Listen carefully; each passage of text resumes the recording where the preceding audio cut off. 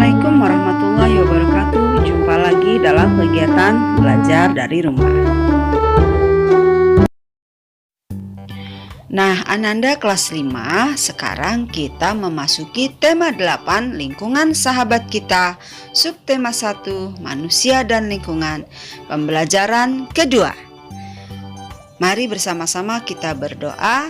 Semoga kita selalu dalam keadaan sehat dan ilmu yang kita pelajari cepat dipahami. Tetap semangat ya anak-anak. Siti dan teman-teman mempelajari lagu baru. Lagu itu berjudul Air Terjun ciptaan A.T. Mahmud.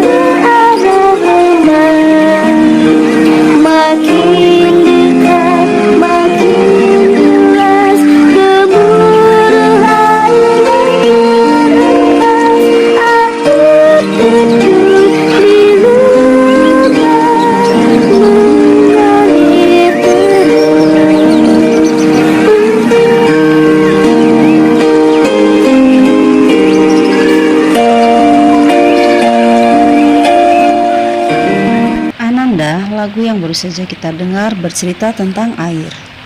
Air sangat penting bagi kehidupan di bumi.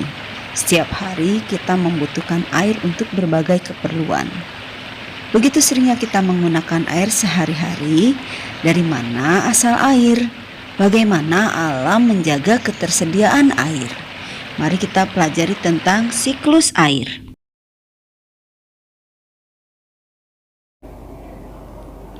Manusia selalu membutuhkan air dalam kehidupan sehari-hari.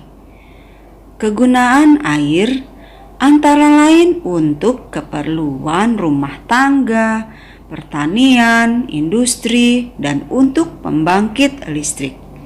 Begitu besarnya kebutuhan manusia akan air, kita bersyukur air senantiasa tersedia di bumi. Oleh karena itu, manusia seharusnya senantiasa bersyukur pada Tuhan Pencipta alam.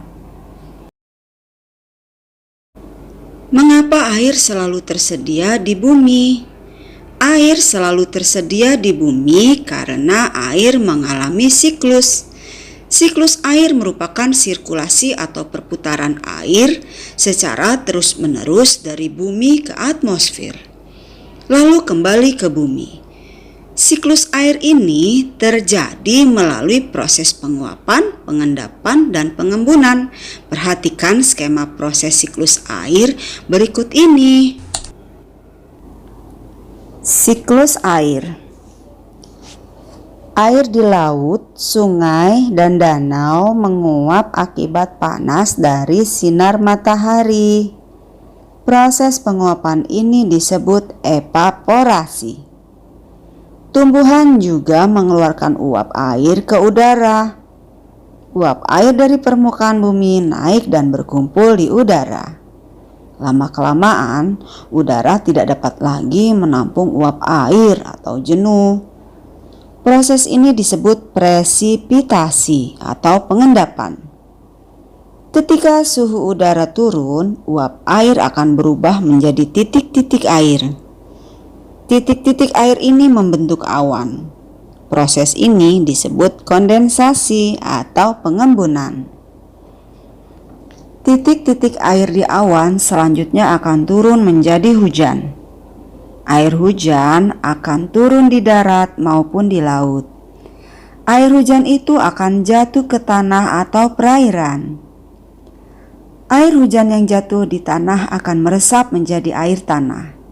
Selanjutnya air tanah akan keluar melalui sumur.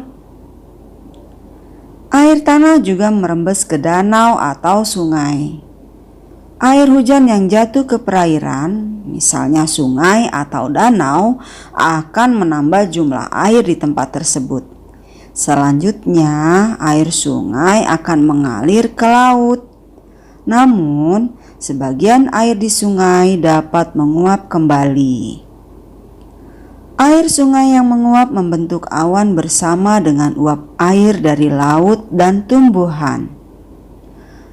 Proses siklus air pun terulang lagi.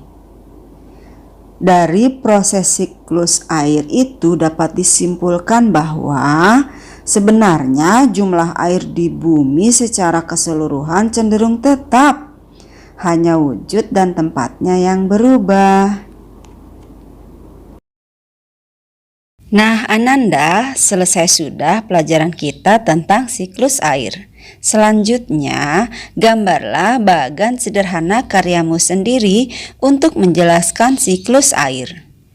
Tambahkan kalimat-kalimat untuk menjelaskan proses siklus air. Setelah selesai, fotokanlah hasil karyamu, lalu Ananda kirimkan kepada bapak atau ibu gurumu.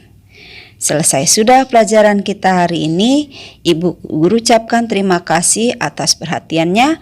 Assalamualaikum warahmatullahi wabarakatuh. Sampai jumpa.